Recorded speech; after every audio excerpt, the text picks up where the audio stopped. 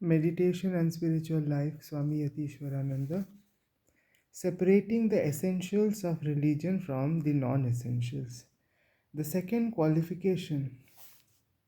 First qualification was faith in the ideal.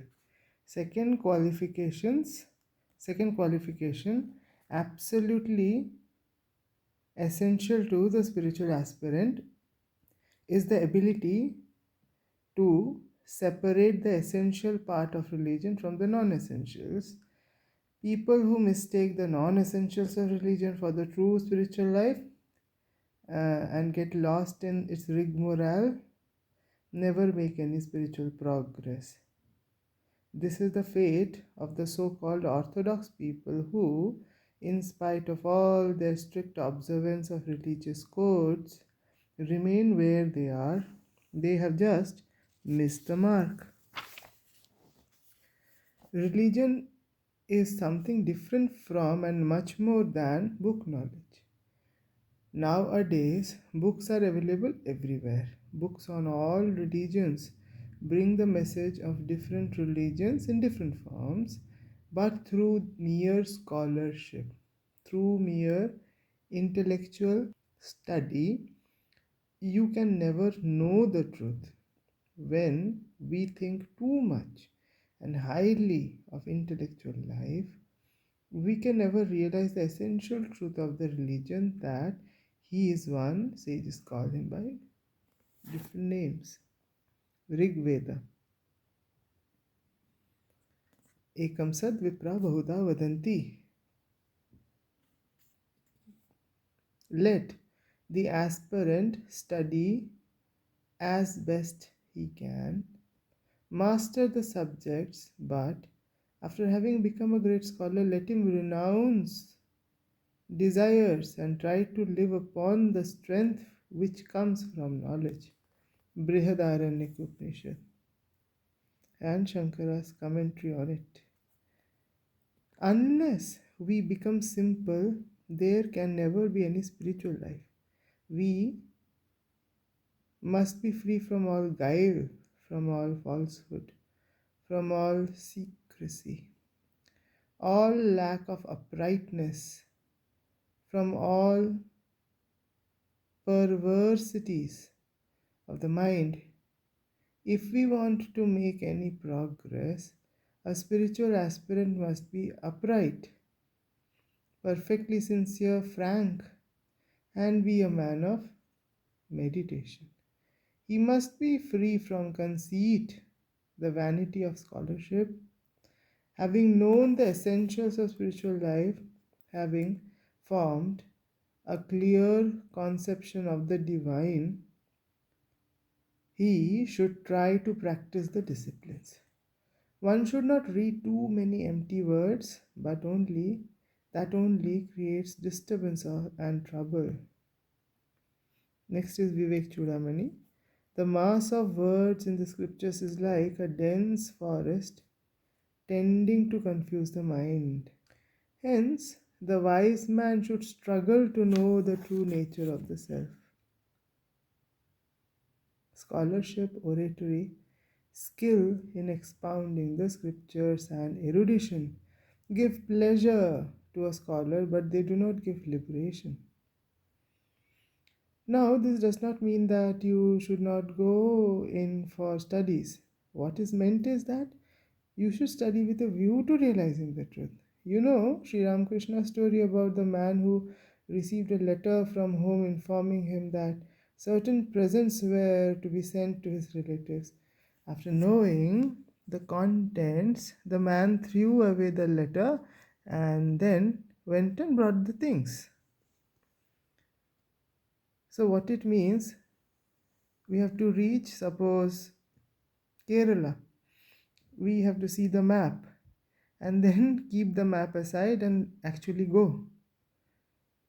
Similarly, study is always encouraged in Vedanta, but along with your studies, you have to practice. There must be some real spiritual practice. You must always train your intellect through regular studies. Okay, number one, primary. Mind is engaged, mind is getting trained. And then deep thinking on the problems of life and reality. Shravana is necessary, but then manana is the next step. If we don't take the next step, it becomes senseless. It's all jugglery, jumble of dense words. Read books in a systematic way and form a habit of clear and deep thinking so that you would feel uncomfortable if on any day you have not studied some book deeply. This daily study is to be made an important item of your sadhana. It was the mission of Buddha's life to ask people not to think too much of rites and ceremonies, but to make religion living in their own lives by leading a life of purity. Leading a life of purity, meditation, spiritual discipline, and mental control. Without being moral and leading a pure life, we can never expect to become spiritual or make any progress. Pure, this word pure is very generic, but it has a very simple meaning. Selfish, self centered, a mind which is drenched with the thought of me and mine is impure. The more we become selfless, not me but you, the purity is gained. So that is the meaning. It's not otherwise.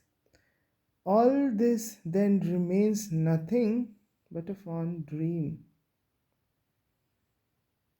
A dream that, okay, this is the reality, that is the truth, that is the idea, but it doesn't become a reality, it remains a dream. What did Buddha say of God? He did not speak anything of God. It is not essential to speak of God so much, but it is far more essential to follow God's path, to live the spiritual life. Buddha, when he was asked, do you believe in God? He said, I neither believe or I cannot say anything because I know the path. You follow the path. So he did not say no, he did not say yes. People very often say, Lord, how beautiful thou art. How beautiful art thy skies, thy stars, this whole creation. But they forget that the Creator is always greater than his creation and he does not feel proud of such a small thing. Seen from a human standpoint, we find it great, but to God, from his standpoint, a very small thing after all. So it is more important to follow God's path than to praise God for his external splendor.